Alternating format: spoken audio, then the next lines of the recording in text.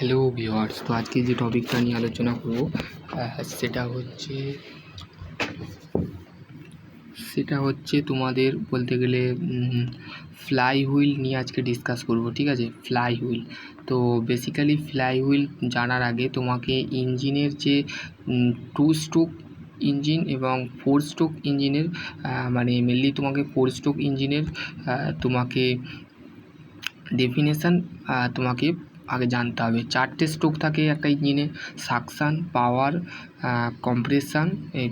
Suction, compression, power and হচ্ছে exhaust, মানে যেটা অতিরিক্ত যে গ্যাসটা আমরা বের করে দিই। ঠিক আছে, তো দেখো ফ্লাই হুইল কি, ফ্লাই হুইল দেখতে কেমন হয়। ফ্লাই হুইল যেমন এখানে ছবিটা দিয়েছে, এইটা হচ্ছে ফ্লাই হুইল। ঠিক আছে, দ্যাট ইজ কল হচ্ছে আমাদের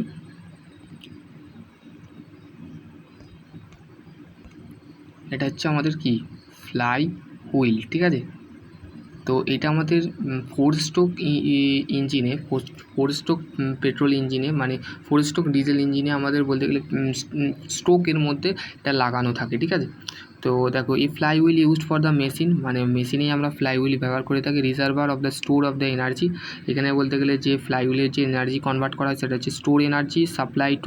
supply of energy of the recruitment of the release of the due to period of the energy of the more than of the supply, মানে অতিরিক্ত আমরা অধিক পরিমাণ আমরা মানে শক্তিকে সাপ্লাই দিই, যোগান দিই। ঠিক আছে, international steam engine, internal combustion engine যেটাকে বলে, reciprocating compressor and the pump of the energy of the developed of the stroke of the energy the run the from the wheel of the cycle and for the example ISO engine. Of the ISO ইঞ্জিনের যে আমাদের স্ট্রোকগুলো আছে, মানে 4টে স্ট্রোকে আমাদের একটা engine মানে transport হয় বা তাতে এনার্জি কনভার্ট হয়। ঠিক আছে, এখানে বলতে গেলে energy load of the no অঞ্জের stroke of the exit of the compression. দেখো suction, compression, exhaust causes of the stroke engine, মানে 2 স্ট্রোক অফ দ্য ইঞ্জিন, মানে 2 স্ট্রোক এবং 4 স্ট্রোক মেনলি আমরা ইউজ করে থাকি। Flywheel of the crankshaft of the during the developed of the thrust. ঠিক আছে, দেখো এখানে বলতে গেলে ফ্লাই হুইলের একটা ছবি দিয়েছে। ঠিক আছে, fly wheel the supply the access of the release of the energy of the deflect.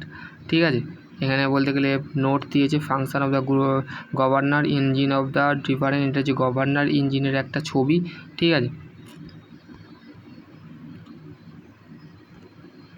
এইখানে দেখো বলতে গেলে কোএফিসিয়েন্সি অফ ফ্লাকশন স্পিড। ঠিক আছে, ম্যাক্সিমাম ফ্লাকশন স্পিড কি, difference of between maximum speed, মানে ম্যাক্সিমাম স্পিডের সাথে মিনিমাম স্পিড যখন কনভার্ট করা হয় তখন সেটাকে বলা হচ্ছে আমাদের ফ্লাকসিম স্পিড। ঠিক আছে, স্কোয়াল্ড হচ্ছে coefficient of fluctuation speed, the ratio of the maximum fluctuation speed. ঠিক আছে,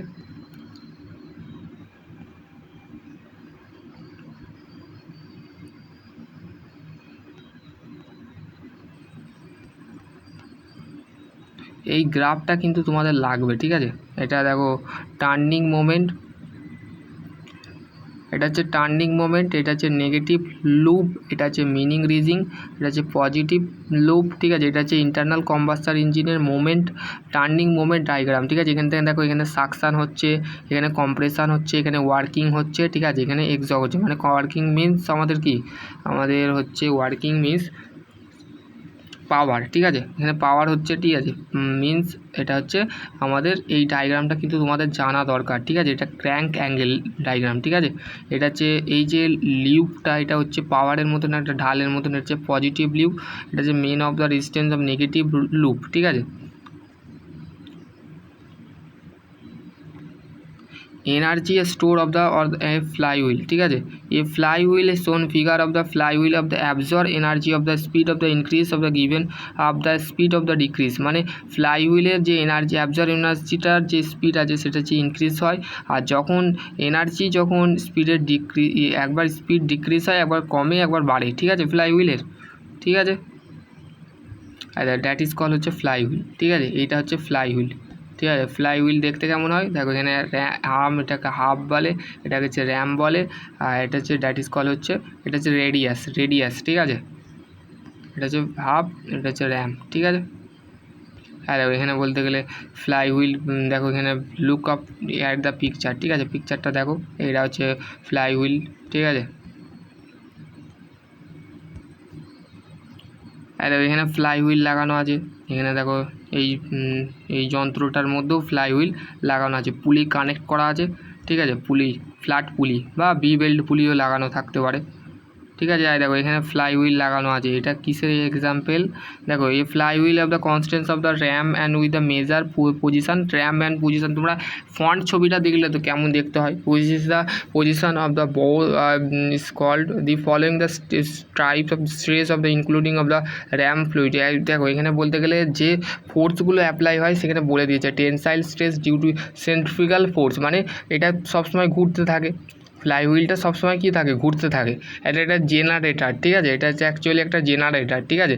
জেনারেটারের মধ্যে হাফ অ্যান্ড বুস্ট লাগানো আছে, ঠিক আছে, যেখানে tensile force due to centrifugal force, tensile stress মানেই হচ্ছে আমরা মেনলি আমরা ফোর্সকে বোঝাচ্ছি বা প্রেসারকে বোঝাচ্ছি, ঠিক আছে। তো tensile bending of the stress causes of resistance the thickness of the unlikely of the high factor of the two type, ঠিক আছে, এইগুলো।